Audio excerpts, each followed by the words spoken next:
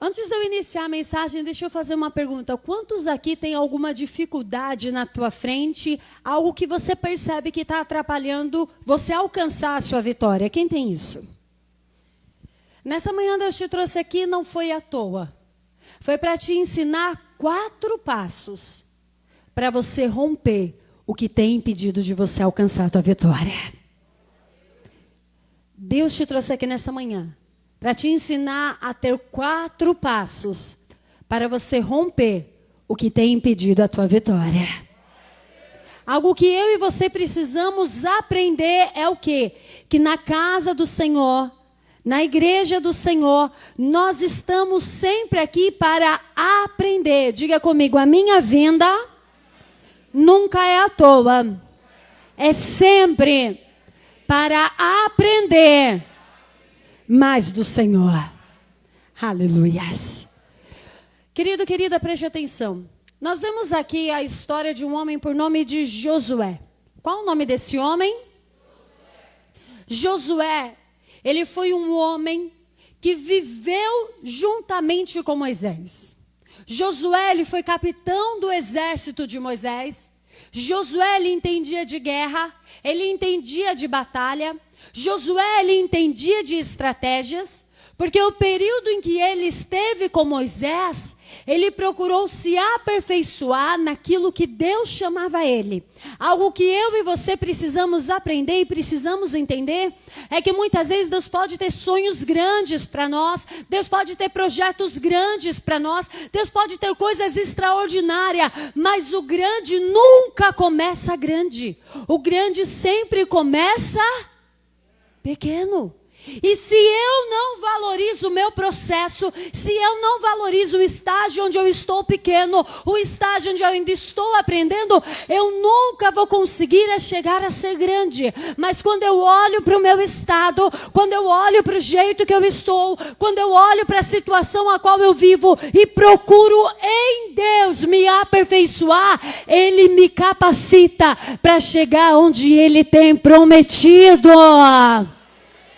Aleluias. Moisés foi um grande líder.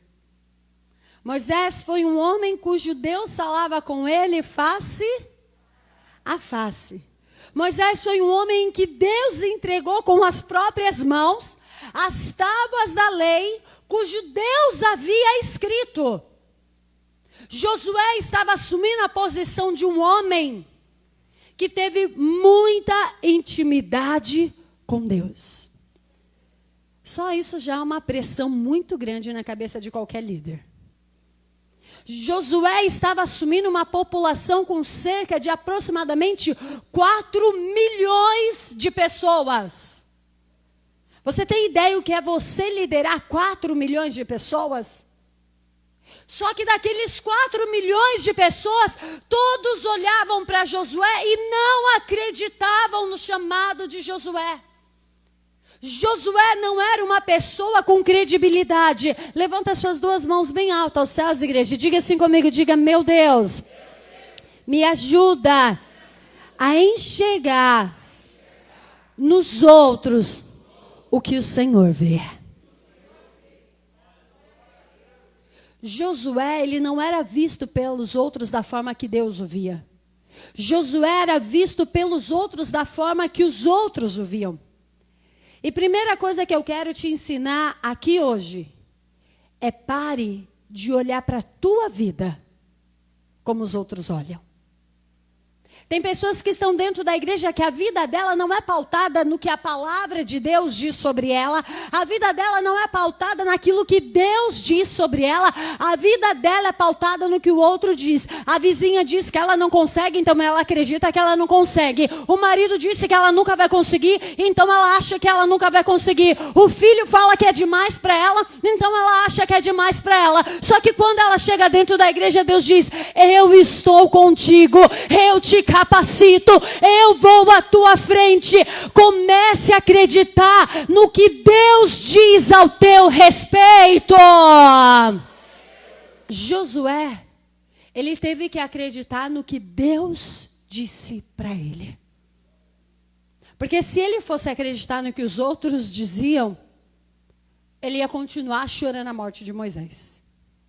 E diz a palavra do Senhor que quando Josué assume, quando Josué entra como líder, inicia para Israel uma nova era. Eu quero dizer e profetizar que Deus está trazendo um novo tempo para a tua vida. Deus está trazendo uma nova era para a tua vida. As coisas do passado ficaram para trás. Talvez até aqui você estava preso ao passado, perdido olhando para o passado, desesperado olhando como foi lá atrás. Deus está mandando dizer para você: deixa o teu passado, deixa a tua história, deixa o que aconteceu, que Ele tem um novo tempo para a tua vida. Ele tem uma nova história para você. Ele tem novos sonhos. E Ele te capacitará para realizar cada um deles. Josué representava uma nova era. Josué era um novo tempo que Deus estava trazendo. Tanto que, segundo os estudiosos, Moisés, ele liderou o êxodo, que no hebraico significa saída. Diga comigo, êxodo, saída. Quem foi o líder do êxodo? E agora, Josué, ele inicia uma nova era. Josué, ele entra para o êxodos, que significa entrada. Deus havia usado Moisés com o êxodo para tirar eles do Egito. E agora Deus ia usar Josué para o êxodos, que era introduzir na terra prometida. Talvez você está até aqui hoje pensando: Deus, olha, eu achava que ia ser lá atrás. Deus, eu achava que ia acontecer com fulano. Deus, eu achava que a empresa ia crescer na mão de ciclano. Deus, eu achava que as coisas iam dar certo no tempo de Beltrano, com a visão de ciclano. Só que Deus está dizendo: eu estou entrando com um novo tempo na tua história. Eu estou entrando com o tempo do início, o tempo da entrada, o tempo de você pisar na terra em que Ele te prometeu. Uma geração má, uma geração perversa, uma geração que duvidava de Deus, havia ficado toda no deserto. Já havia acabado.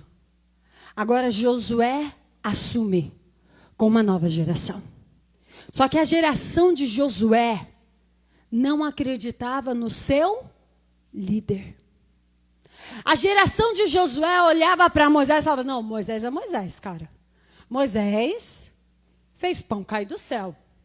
Moisés fez codorniz e vinha até gente. Moisés feriu a rocha e saiu água. Moisés, Deus falava com ele face a face. Moisés, quando Corá, Datã e Abinael se levantaram contra ele, e Abinadad, perdão, se levantaram contra ele, a terra abriu e engoliu eles e a família toda. Moisés era Moisés. E agora, Josué?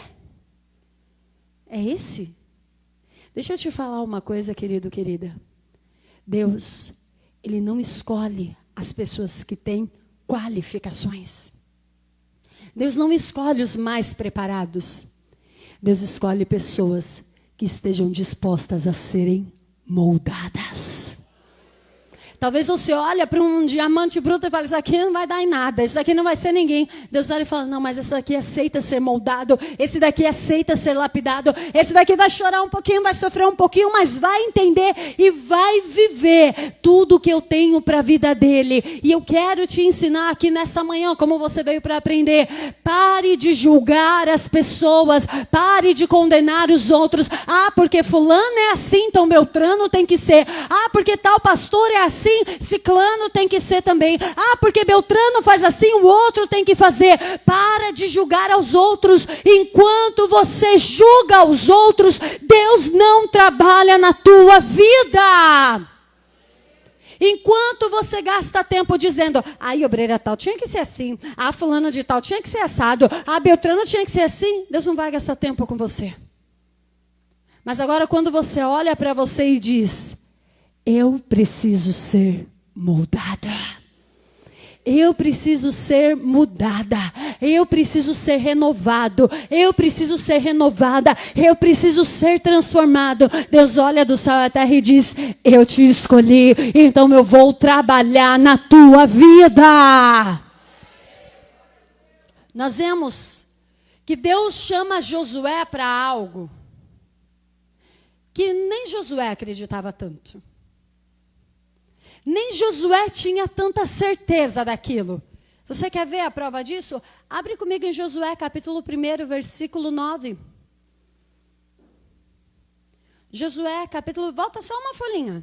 Josué, capítulo 1, versículo 9. Quem achou, diga amém. Diz assim: não te mandei eu?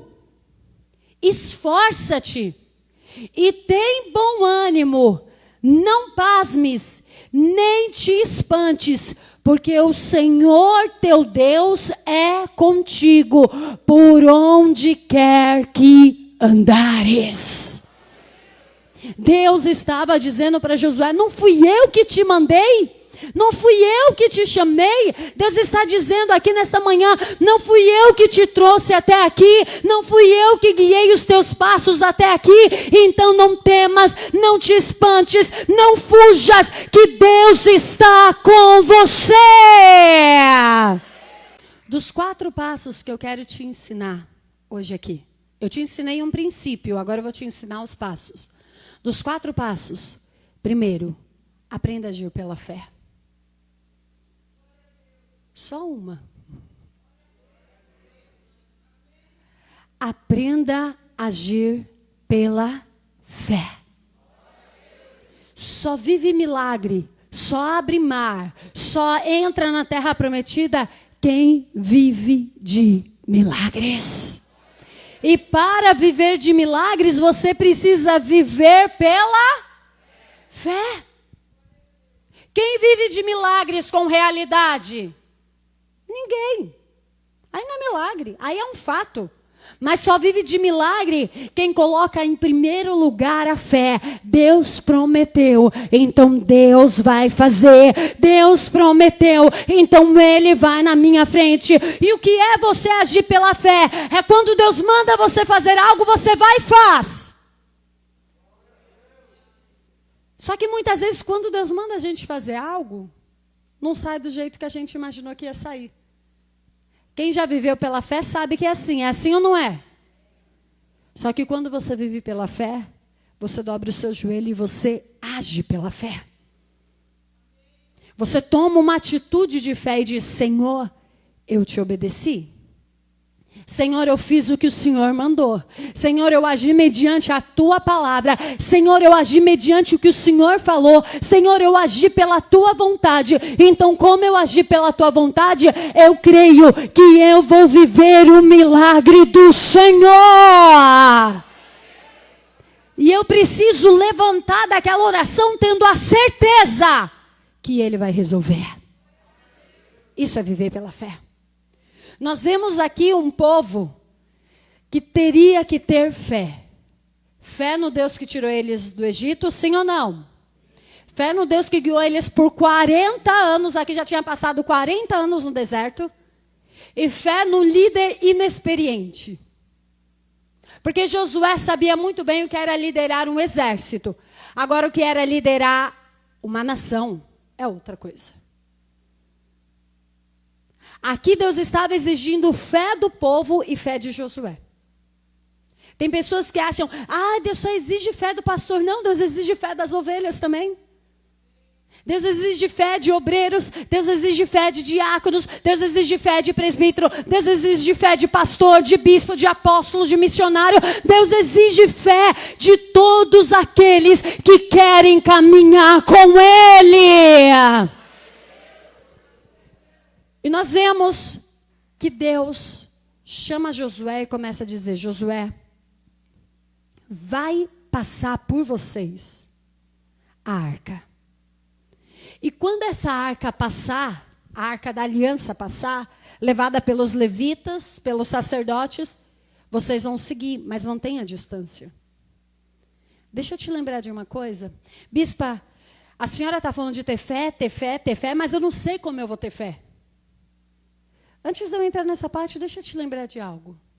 Primeiro, Deus só fala para quem está disposto a obedecer. Não pense que Deus é um pai tagarela.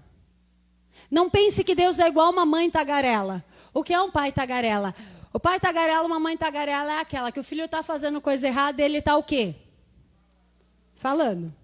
O filho já entra em casa já no stand-by, desliga o cérebro do filho para não ouvir o que o pai e a mãe estão falando. E o pai e a mãe ficam falando. Quem conhece gente assim? Bispa, nem sou assim. Deus, nem sou eu. Aí quando... Deus não é assim. Deus, ele avisa uma vez. Quando ele percebe que o filho não quer ouvir, sabe o que ele faz? Ele se cala. Lá na frente, quando ele estiver disposto a ouvir, eu falo. Se você para analisar toda a história comigo, Deus não poderia ter vindo começando a preparar Josué há um bom tempo, sim ou não? Deus não poderia ter... Poxa, ele apareceu tanto para Moisés, ele não poderia ter aparecido para Josué antes? Josué, calma, que eu vou preparar você, tá bom? Mas fica tranquilo, tá, Josué? Deus não poderia fazer isso? Sim ou não? E ele fez? Não. Porque você vê que Deus, ele só aparece, ele só fala quando as pessoas estão dispostas a ouvir e obedecer. Porque se Deus falasse qualquer coisa para Josué, Josué teria alguma autoridade com a nação? Não. Então Deus não fala só por falar. Quando Deus abre a boca, quando Deus fala, é que Ele vai mudar a tua história. É que Ele está usando você como chave principal para mudar vidas. É que Ele está usando a tua vida para fazer que outros aprendam e vejam que há um Deus verdadeiro. Bispa, tudo bem, o primeiro passo eu preciso ter fé, agir pela fé. E como que eu adquiro a fé? Existe um segredo para você adquirir a fé. E eu quero que você veja comigo que eu vou te mostrar. Esse segredo está aqui em Josué. No capítulo 3, versículo 3. E ordenaram ao povo dizendo, quando virdes a arca do... Algumas traduções vão estar da aliança do Senhor vosso Deus. E que os sacerdotes levitas a levam... Partir-vos também do vosso lugar e seguia. Olha aqui para mim. A arca representava o próprio. Dentro da arca tinha a vara de Arão, tinha o maná e tinha as tábuas dos 10 mandamentos. Tinha esses 3 elementos. A vara seca de Arão que floresceu quando Deus escolheu a ele e a sua família como sacerdote. O maná que caiu do céu e as tábuas que Deus... Depois fez Moisés escrever, porque Moisés quebrou aqui, Deus escreveu. Então, aquela arca do concerto, a arca da aliança, era a materialização da presença do próprio. Como que eu tenho fé? Olhando para a arca. Calma, bispa. Certo falando para olhar para a arca, mas ninguém aqui tem as tábuas, até porque a arca sumiu. Ninguém achou a arca. Até hoje não se sabe o paradeiro da arca. A arca desapareceu quando Israel foi saqueado. E ninguém tem vara, ninguém tem os 10 mandamentos, ninguém tem o maná, ninguém sabe onde está a arca. Como é que a gente vai olhar? A arca do concerto, a nova aliança, chama-se Jesus de Nazaré. Eu só tenho fé quando eu olho para o autor e consumador da minha história. Eu só consigo ter fé quando eu olho e falo, não, o Senhor morreu na cruz. Ele fez uma nova aliança. Aqui é a aliança antiga. A nova aliança é Jesus de Nazaré. Para eu manter a minha fé, eu tenho que fazer igual Paulo disse, esquecendo-me das coisas que passaram, prossigo para o alvo, a soberana salvação em Cristo Jesus. Para eu ter uma fé, eu preciso olhar para quem? Para quem que eu preciso olhar? Para Jesus. Adianta eu olhar para o que a pensa? Adianta eu olhar para a bispa? Adianta eu olhar para o obreiro? Se você for olhar para o obreiro, você capota. Se você for olhar para obreiro, tem obreiro que está aqui agora na igreja, mas não está no culto. Aí você vai olhar e falar, cadê o obreiro tal? Não está no culto. Aí você vai olhar para o obreiro, daqui a pouco você fala, se o obreiro não está, eu também não estou. Daqui a pouco você desce lá embaixo, aí tem uma rodinha, daí daqui a pouco está membro também, daqui a pouco está outro também. Precisamos, queridos, não olhar para o homem nem para a mulher, mas olhar para o Senhor dos Exércitos. Mas a olhar para aquele que nos chamou, a olhar para aquele que tem propósito, a olhar para aquele que te escolheu no ventre da tua mãe e diz, se você precisa de fé, olha para mim que eu te encho de fé. Porque entenda uma coisa, para o segundo passo, primeiro tem que estar totalmente firme. Sabe qual é o segundo passo? Para você poder atravessar o rio da tua vida, para você poder atravessar o Jordão da tua vida, você precisa ter coragem. O que Josué ia enfrentar não era nada fácil. Porque aqui Josué ia ter que atravessar o rio Jordão, nessa fase. E ao atravessar o Rio Jordão ele tinha fases, como a nossa vida. Tem fases na nossa vida em que tudo vai mil maravilhas, é ou não é? Tem fases que é só o sangue que a misericórdia de Jeová Rafa, o Deus da provisão. Tem fases que, nossa, vai tudo decolando. Agora tem fases que você segura no barco e faz daqui a pouco igual Pedro. Senhor, não te importa que eu vou perecer? O barco vai afundar, a história vai mudar, Senhor, vai acabar tudo. Só que Deus está mandando te dizer, mantenha firme, se encha de fé, tenha coragem, que o teu barco não afundará. Nós vemos aqui que Josué ia ter que passar pelo Jordão. E quando Josué, depois dele passar pelo Jordão, ele teria que destruir uma cidade. Cidade essa por nome de Jericó. Vem com Josué lutar em Jericó. Ele ia ter que saquear essa cidade. Só que o problema não estava em Jericó. O problema estava aqui, o mar diante dele. O mar do Jordão. E para ajudar, porque entenda uma coisa, o Jordão tinha época em que ele era bem mais raso. E tinha a época da cheia do seu mar. Tinha a época que ele estava mais raso, tinha a época que ele estava mais cheio. E bem na época que eles iam ter que passar para ajudar, para ser legal, ainda adivinha como estava o Jordão? Cheio. Porque se é para ter fé, é para usar. Você tem ideia o que é atravessar um mar cheio, com 4 milhões de pessoas, fora animais, fora tenda, fora madeira para sustentar a tenda, fora pano para a tenda. Você tem ideia o que é atravessar o mar com isso? Talvez quando a gente fala assim, eles atravessaram o mar, pensa que ali meia dúzia de gente passou. Não. Olha o tanto de gente. Deus está dizendo ao meu coração aqui, Deus vai usar a tua vida para guiar muitas pessoas à terra prometida. Talvez você está achando, sou só eu. Não, Deus vai usar a tua vida para você guiar teu filho, tua filha, tua nora, teu genro, seus parentes, seus amigos, seus vizinhos. Vão começar a ver Deus na tua vida e vão falar, eu quero o Deus dela, eu quero o Deus dele, eu quero ser igual a ela, eu quero ser igual a ele, eu quero a glória de Deus na minha vida. Deus exige que eu e você, em primeiro lugar, venhamos ter o quê? E em segundo, coragem. Só que quando a gente pensa em alguém corajoso, eu não sei vocês, mas quando eu penso em alguém corajoso, dá aquela impressão que é aquela pessoa destemida. É assim ou não é? Pessoa com o peito empinado, peito de aço, não tem medo de nada. Só que não é nem isso que o dicionário diz. Isso daí que a gente pensa é super-herói, a gente está mudando.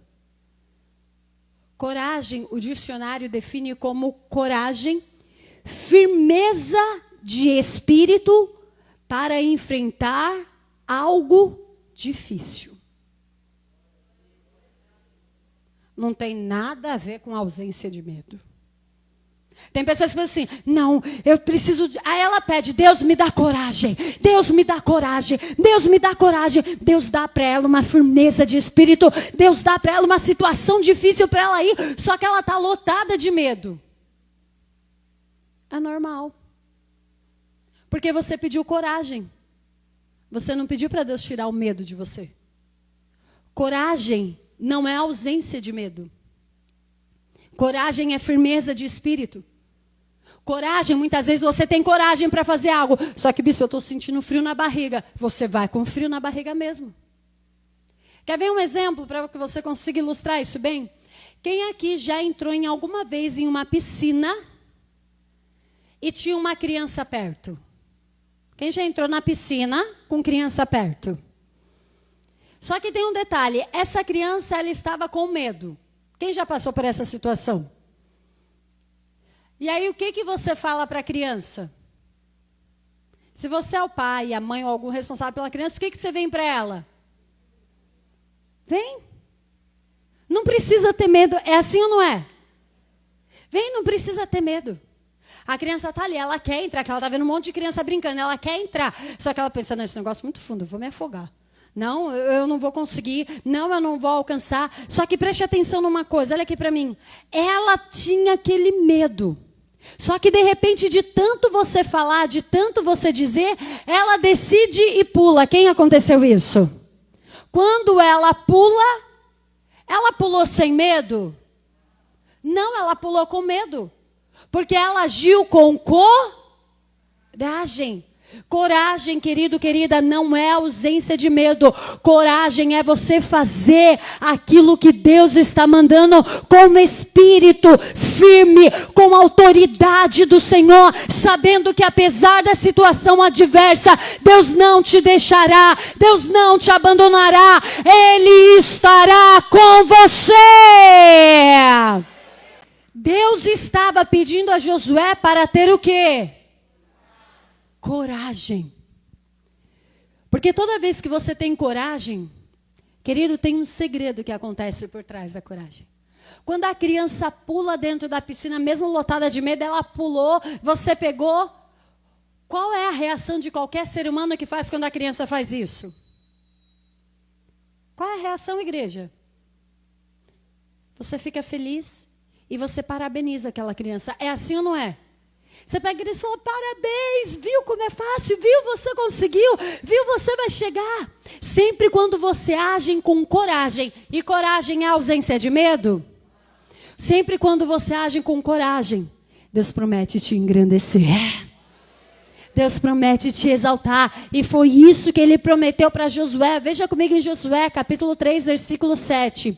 E o Senhor disse a Josué, este dia começarei a engrandecer-te perante os olhos de todo Israel, para que saibam que assim como fui com Moisés, assim serei contigo. Deus estava dizendo para Josué o seguinte: haja com coragem, haja mediante a minha palavra, haja mediante o que eu te falei, que eu vou te exaltar e saberão que eu sou contigo. Precisamos aprender a agir com coragem. Quem está aprendendo aqui hoje? Você vai sentir medo na sua trajetória cristã? Bota medo nisso, filho. Só que você vai deixar o medo te parar? Porque você vai agir com o quê? E quando você age com coragem, o que Deus faz com você? Te exalta, te engrandece. Não é você que vai precisar falar, eu fiz, eu aconteci. Deus chega e mostra, Ele fez porque confiou em mim. Ela fez porque acreditou na minha palavra. Quando você age com coragem, você está dando lugar ao Espírito de Deus. Porque para você agir com coragem, você tem que ter algo que o Espírito Santo nos dá, que chama espírito de ousadia. Ele nos dá espírito de ousadia. Você vai além. As pessoas estão dizendo, não vai dar certo, você está ficando doido, você não vai conseguir, você vai chegar. Só que Deus está falando dentro de você, vai que eu sou com você, vai que eu estou na sua frente, vai que eu te protejo, vai que eu não vou deixar nenhum mal acontecer contigo. 1000 cairão ao teu lado, 10.000 à tua direita, mas tu não serás atingido. Deus espera que eu e você venhamos agir com o espírito de ousadia, de coragem. Venhamos ter a coragem, venhamos sentir a coragem, mas o espírito dentro de nós, um espírito ousado. Eu não vou parar por causa dessa situação. Eu não vou recuar por causa desse problema. Eu não vou desistir por causa disso. Deus prometeu, Ele é fiel para cumprir. E nós vemos que quando você tem coragem, você caminha mesmo com medo. Você vai mesmo com medo. Não importa o que vão dizer, não importa o que vão pensar, você está tendo ali dentro de você coragem. Você está indo, não, Deus vai suprir, Deus vai fazer, Deus prometeu, vão conhecer Deus através da minha vida, vão saber que eu tenho um Deus, vão saber que Ele está comigo, eu vou continuar caminhando, eu vou indo, eu vou marchando, porque Deus falou para eu fazer. E deixa eu te dizer uma coisa, lembra do que Deus disse agora há pouco? Eu só falo com quem está disposto a obedecer. Se Deus falou no teu coração, faça, que Ele te garante. Terceiro ponto, terceiro passo para a tua vitória. Eu quero que você aprenda. E vem comigo no versículo 13. E aí eu já vou te dar ele. Eu quero ler primeiro com vocês. No versículo 13 de Josué 3:13. Porque há de acontecer que é assim que a planta dos pés dos sacerdotes que levam a arca do Senhor. Olha aqui para mim. A arca do Senhor, a arca da aliança, a arca do concerto é tudo a mesma coisa. Amém, igreja? Porque senão você vê, poxa, no versículo 3 tem a arca do concerto. Agora aqui a arca do Senhor. Lá na frente a arca da aliança. É diferente? Não, é tudo a mesma coisa. Só nomes diferentes. Que levam a arca do Senhor. O Senhor de toda a terra. Repousem nas águas do Jordão. Se separarão as águas do Jordão, e as águas de cima descem, pararão num montão. Sabe algo que Deus está dizendo aqui para Josué? Deus não está dizendo para Josué, olha, vocês vão chegar lá e o mar vai estar seco. Deus diz isso para eles? Porque há de acontecer que assim que a planta dos seus pés dos sacerdotes pisarem, ou seja, quando vocês, o terceiro passo é, tome uma atitude mediante a palavra de Deus. Faça o que Deus manda na palavra. Faça o que Deus diz para você. Quando você toma uma atitude mediante a palavra, não há como dar errado. Sabe por quê? Porque quando Deus promete, Ele se responsabiliza. Quando você age, porque Deus está dizendo aqui para Josué o que ele tem que fazer. Querido, querida, qual a necessidade? Analisa comigo, pega o Espírito Santo e pensa aqui comigo. Qual a necessidade dos sacerdotes ter que colocar os pés nas águas? Qual a necessidade disso? Você acha, para e pensa comigo, agora eu estou chamando seu lado racional aqui para a Bíblia. Você acha que era o pé dos sacerdotes que iam parar alguma coisa? Quem é que ia parar? E por que Deus não agiu antes? Sendo que Ele é o dono de todas as coisas, Ele acabou de falar, o Senhor de toda a terra. Ele estava dizendo, eu domino tudo, eu comando tudo. Eu sou o Senhor de toda a terra. Se Ele era o Senhor de toda a terra, por que Ele não fez isso 2 horas antes? Sabe por quê? Você sabe por quê? Porque Deus espera que venhamos agir mediante a palavra dEle. Deus quer ver se somos obedientes ao Senhor. Deus quer ver se aquilo que Ele nos pede nós vamos fazer. Deus quer ver se aquilo que Ele diz para nós, estamos dispostos a obedecer, eu estou disposto a fazer. Não, Senhor, se o Senhor pedir, eu vou fazer. Não, Senhor, se o Senhor falar, eu vou fazer. Deus fala, então eu vou te pedir. Aí a pessoa fala, Senhor, não dá não. Não, Senhor, hoje não dá. Para mim é difícil, para mim é complicado. A situação não é favorável. Vocês ainda vão conhecer o testemunho. Deus ainda há de permitir isso. Como foi para pintar essa igreja? Como aconteceu? Foi uma pessoa que teve que agir mediante a palavra de Deus com fé e com coragem, porque dinheiro não tinha. Só que Deus providenciou. Porque quando Ele promete, quando Deus promete, querido, querida, aprenda uma coisa. Deus não tem responsabilidade nenhuma com a minha palavra. O que a bispa Letícia fala? Você acha que Deus tem alguma obrigação? Não. Quem falou foi você, se vira. Você acha que o que um obreiro fala, Deus tem obrigação? Mas quando é a palavra dele, Ele zela pela sua palavra.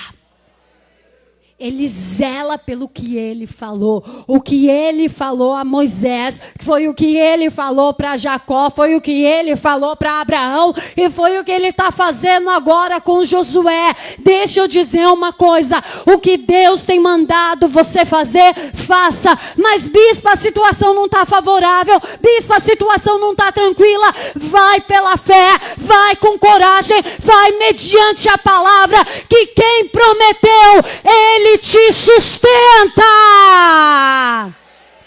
Querido, quando você tem fé e junta a fé com a coragem, com a atitude mediante a palavra de Deus, sabe qual é o resultado disso? O impossível acontece na tua frente. Você começa a olhar e falar, não acredito que é isso. Não acredito que está acontecendo. Está acontecendo.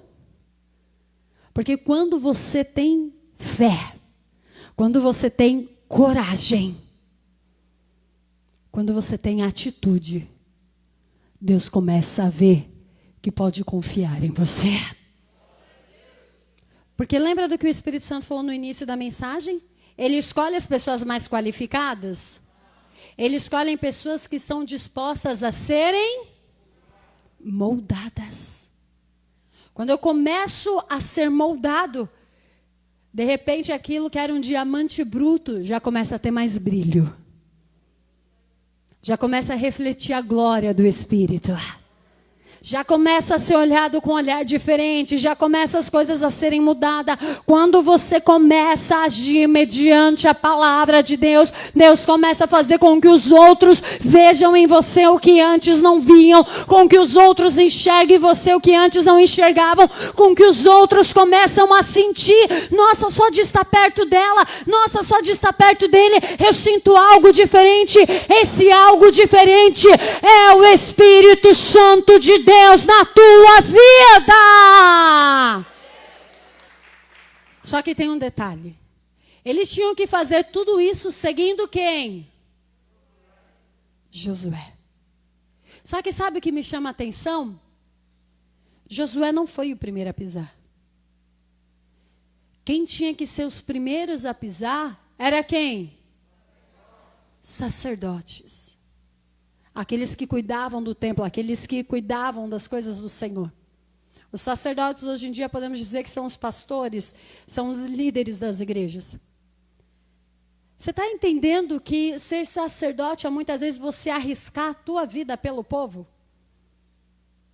É você se preocupar mais com a vida do povo do que com a sua. Ser sacerdote é isso. Ser sacerdote é você muitas vezes abandonar os seus sonhos, os seus projetos para cuidar das ovelhas e dos rebanhos do Senhor. O povo é do Senhor. Então você vai cuidar do povo do Senhor. E nós vemos que os primeiros a entrar num mar que estava com a maré alta, que estava cheio, quem eram os primeiros? Sacerdotes. E eles estavam com a arca. Por isso, querido, querida, cuidado. Eu sempre digo isso. Cuidado quando você vai falar mal de um pastor ou de uma pastora. De qualquer líder que seja. Mas, bispa, nós estamos vendo, ele roubou, ele fez isso. Tudo bem, deixa na mão de Deus. Porque o julgamento para nós será muito mais severo do que para vocês. Não pense que vai ficar impune. Ah, tal pessoa fez isso de errado e vai ficar impune. Talvez na lei dos homens nem saibam, mas no dia do juízo final... Ai de ti, escribas, pastores. Ai de ti que disseram que eu falei, sendo que eu não falei. Ai de ti.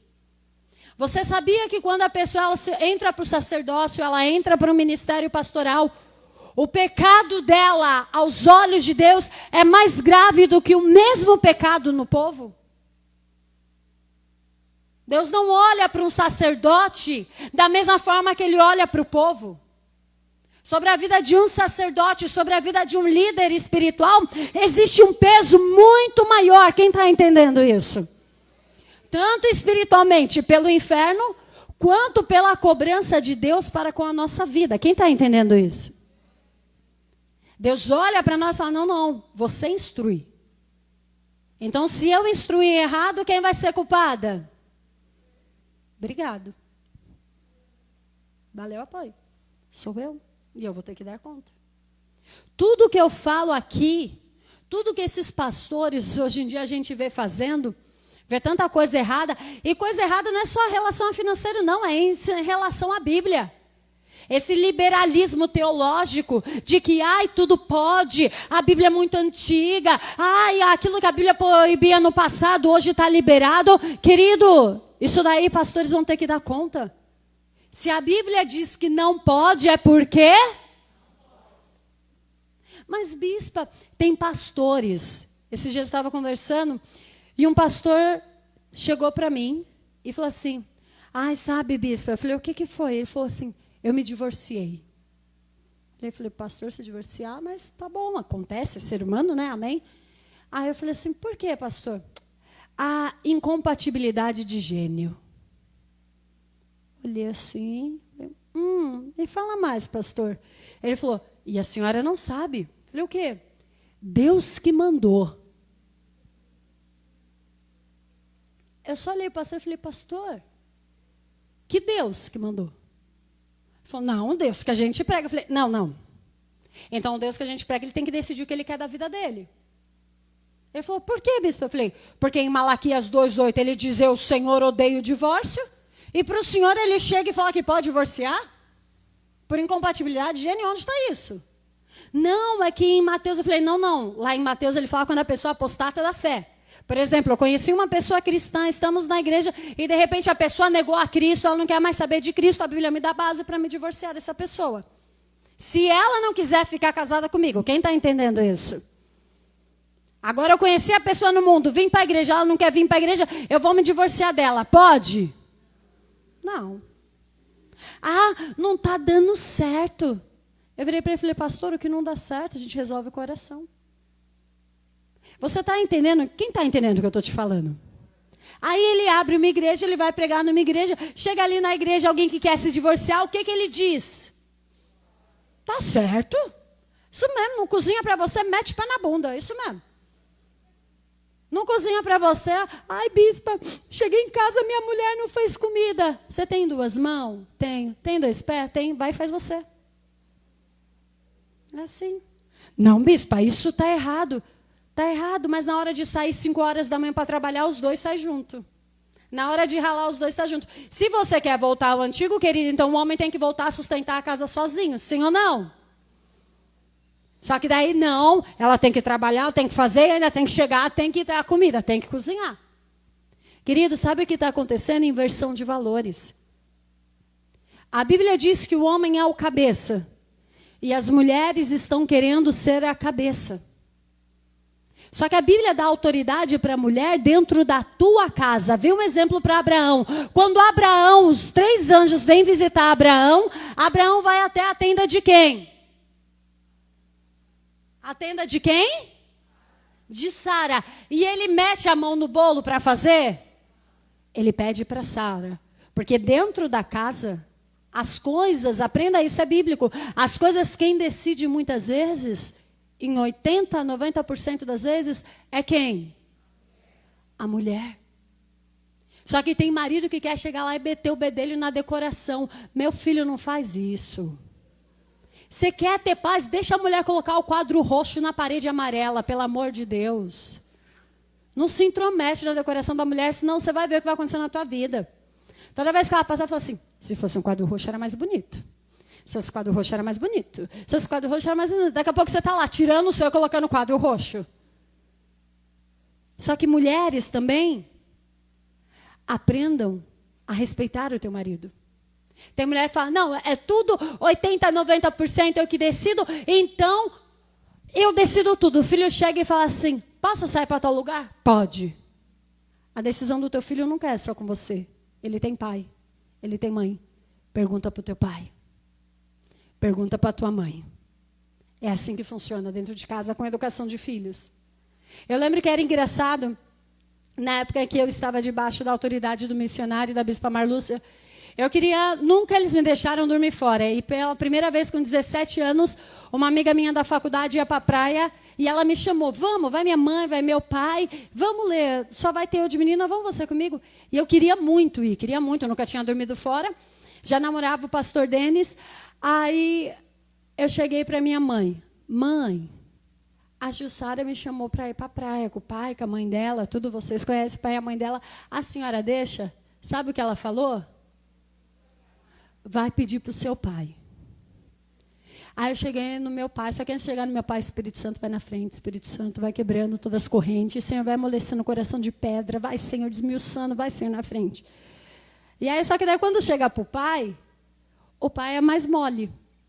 Não parece, mas o missionário ele tem um coração de manteiga, a bispa é mais dura, ele tem um coração de manteiga com relação à educação, amém, igreja? Aí eu cheguei e falei, pai, ele, oi, filha, eu nunca te pedi nada. Há 17 anos eu pedindo quase que o mundo inteiro. Mas aí chega com essa frase, né? A frase bem de filho. Pai, eu nunca te pedi nada, sabe? Mas eu queria te fazer um pedido. Mas eu prometo diante do Espírito Santo de Deus que eu vou me comportar, que eu vou ser boazinha. Ele falou, tá, menina, fala logo. Deixa eu ir para a praia com a minha amiga? Ele olhou para minha mãe. Minha mãe falou, você decide, eu não vou tomar nenhuma decisão. Ele deixou. Ele deixou. Eu estou te contando isso só para você entender o quê? Se ele não tivesse deixado, ela deixou na autorização dele. Algo que você precisa entender é que quando se trata de algo em comum aos dois, por exemplo, filho, a educação tem que ser em junto. Mas quando se trata com relação a coisa supérflua, decoração de casa, pintura, essas coisas, quem decide isso? Mulher, homem, para de querer. E também, mulher, tem coisas que vai ser o seu marido que vai ter que decidir. Tem coisas que vai ter que ter um consenso da família. Bispa, mas o que isso tem a ver com a palavra? Isso tem a ver em você ter atitudes dentro da Bíblia. Porque Satanás, ele tem entrado dentro das famílias e tem distorcido. Tem colocado que o negócio é o seguinte, filho não obedece pai e mãe. Camarada. A frase do missionário está até hoje no meu coração. Qual é a frase? Você está debaixo do meu teto. Você come da minha comida. Você dorme na cama que eu comprei, no edredom que eu te dei, no colchão que eu paguei. Então as regras da porta para dentro é minha. E tem pais que falam, não, bispa, ele já fez 18 anos, ele tem direito de opinar. Missionário falava para mim, você quer opinar? Você compra a tua casa, vai morar na tua casa, lá você opina. Aqui a opinião é minha, não é tua. Ela fala para ele, isso é uma ditadura. Ele falou, não concorda, muda de casa. Ué, é uma ditadura, então vai você morar. Hoje eu vejo, eu tenho como voltar para a ditadura? Não pagava água, não pagava luz, não pagava nada. Irmãos, fazia compra, era nada. Só que daí tem pais que falam, ah, não, ele fez 18 anos, você tem que respeitar. Eu não estou falando que você tem que violar o teu filho, eu não estou falando que você tem que desrespeitar. Mas você tem que reconhecer que enquanto você tiver vida, e enquanto ele estiver debaixo do seu teto, a última palavra é sua. No dia que ele casar, a última palavra é dele. Aí você não vai lá na casa dele meter o bedelho, não. Meu filho casou, vou lá chegar para a nora. Nossa, olha, limpa a casa não? Manda sua mulher limpar a casa. Olha, você está vendo isso aqui? E essa gola aí amarrotada? Filho, ele casou, a vida é dele. Enquanto está dentro da tua casa, é tua. Ele casou, a vida é? Foi morar sozinho, a vida é? Dele. Só que tem pais que invertem isso. E aí sabe o que vai criando? Uma geração que não sabe obedecer. Chega dentro da empresa, o chefe chama atenção, parece até um seriado da televisão. Eu não preciso disso, meu pai tem 2 empregos. E sai e vai embora. Vocês deram risada porque vocês conhecem. Eu não preciso disso, não vou aguentar isso. Aí vira uma geração fraca. Vira uma geração sem propósito. Vira uma geração sem ensinamento. Querido, a Bíblia diz que Deus corrige aos filhos a quem Ele... Você, pai, tem que corrigir o teu filho. Eu não estou falando você tirar a vara de marmelo e descer nas costas do bichinho, não. Estou falando isso, não. Correção é uma coisa, agressão é outra. Corrigir é corrigir. Não, você não vai ficar de castigo. Por quê? Por causa disso. Quem está entendendo isso? Eu estou te trazendo aqui atitudes dentro da palavra. Não adianta eu querer distorcer a palavra como o povo aí fora tem feito, como pastores aí fora têm feito, como pregadores aí fora têm feito, trazendo liberalismo teológico, trazendo a liberdade, trazendo que tudo pode. Ah, o importante é vir a Deus como está. Verdade, a Bíblia diz isso. Vinde como? Ela não manda ficar, ela manda vir. A Bíblia diz, vinde como estás. Ela não disse, fique como estás. Algo que nós precisamos entender é que as nossas atitudes têm que estar dentro da palavra de Deus. Porque quando eu tenho uma atitude dentro da palavra de Deus, Ele garante. Quando eu ajo com fé, quando eu ajo com coragem, quando eu tenho atitude dentro da palavra. Se a Bíblia diz que o homem é o cabeça, mas, bispo, essa cabeça vive com enxaqueca, você não tem ideia. Só faz coisa errada. Olha, eu não sei o que eu faço com isso. A Bíblia diz que ele é o cabeça. Se você discorda da autoridade, entra em oração, entra em jejum, entra pedindo para Deus agir. Quem está entendendo isso? Bispo, meu filho está terrível. Aquilo que você não consegue resolver fisicamente, entre em oração. Entre em batalha, que Deus resolve por você. Mas haja mediante a palavra. Mas deixa eu ir para um outro lado aqui que o Espírito Santo está mandando. Tem pai também que ele não sabe falar com o filho. Tem pai também que trata o cachorro melhor do que o filho.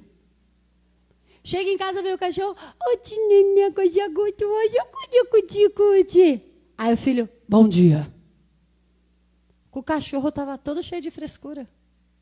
E com o filho seco, ríspido. Pai e mãe, tua função é dar amor ao teu filho. Ô filho, como você está? Você está bem? O filho fez tudo errado. Você tratar ele mal, vai mudar alguma coisa? Não, ele tem que aprender. Já pensou se Deus fosse tratar a gente desse jeito toda vez que a gente faz coisa errada? Deus não é mais nem olhar para a nossa cara. Quem aqui nunca erra? Deixa a mão bem aí embaixo, para ela não correr o risco de levantar. Todos erramos. E aí, quando é o filho que erra, não, vai ficar 3 semanas sem eu falar com o filho. O que é isso? Que educação é essa? Que homem de Deus, que mulher de Deus é você que fica 3 semanas sem falar com o teu filho? Ao invés de ficar 3 semanas sem falar com o teu filho, você tinha que entrar em 3 semanas de oração e jejum pelo teu filho. Aprenda a ser o que a Bíblia exige. O pai dá amor A mãe dá amor. Porque quando você dá amor para o teu filho, quando você dá carinho para o teu filho, chega a hora de corrigir, você não sente remorso nenhum. Porque eu sei que eu dou amor, eu sei que eu sou carinhosa. Mas na hora que eu tenho que ser dura, eu sei também ser dura, não tem problema. Quem está entendendo isso? Mas quando você não age com a correção na medida correta, chega a hora de você corrigir, que é a forma certa de corrigir, você não corrige, porque você se sente culpado, porque não deu amor. Precisamos aprender a ter atitudes dentro da palavra, querido. A tua família é o teu maior patrimônio. A tua família, o teu casamento é o teu maior patrimônio. De tudo que Deus criou, Deus viu que era bom. Quando Deus viu o homem só, viu Deus que não era bom. O teu casamento tem que estar debaixo da proteção do Senhor. A tua vida tem que estar debaixo da proteção do Senhor. Os seus filhos têm que estar debaixo da proteção do Senhor. Quando você começa a buscar pela sua vida familiar, pelo seu casamento, pela educação dos seus filhos, pela educação espiritual deles, Deus começa a alargar os seus caminhos. Porque quando você faz a palavra de Deus, Ele te...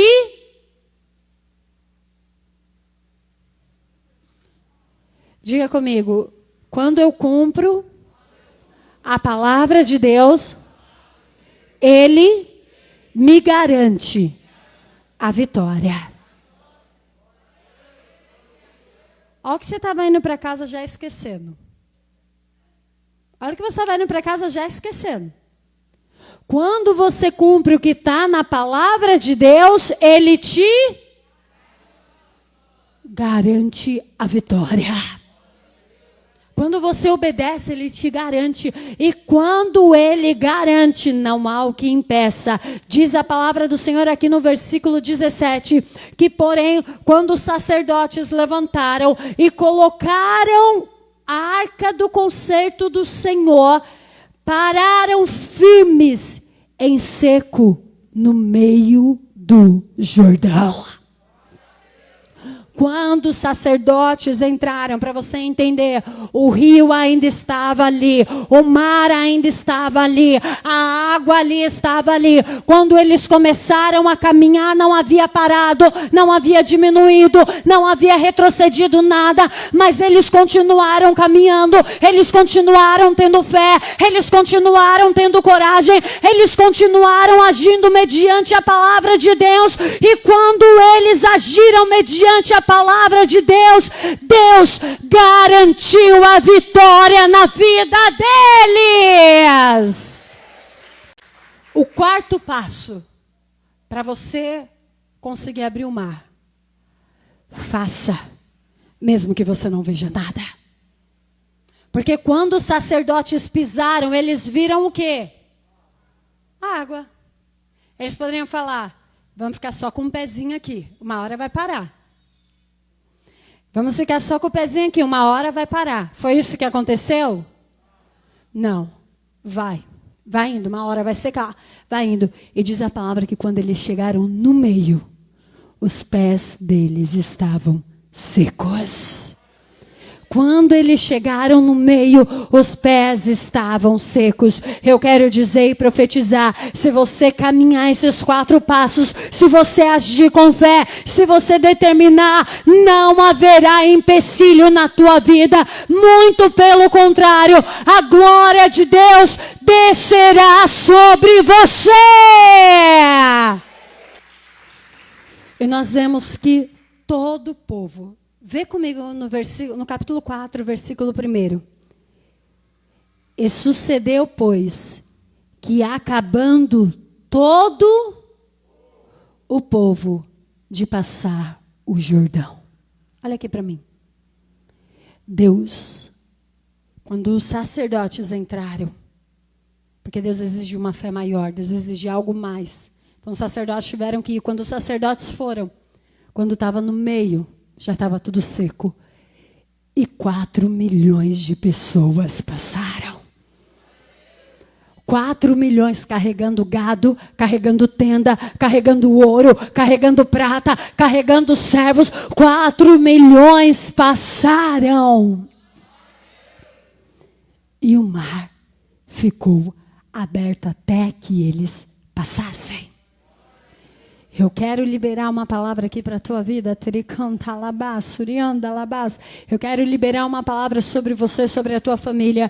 Quando você começar a agir com esses 4 passos, quando você começar a ter fé, quando você começar a ter coragem, quando você começar a agir de acordo com a palavra de Deus, quando você começar a caminhar mesmo sem ver nada, não haverá principado diante de você, não haverá potestade diante de você, ainda que o inferno se levante, ele cairá e você será mais que vencedor.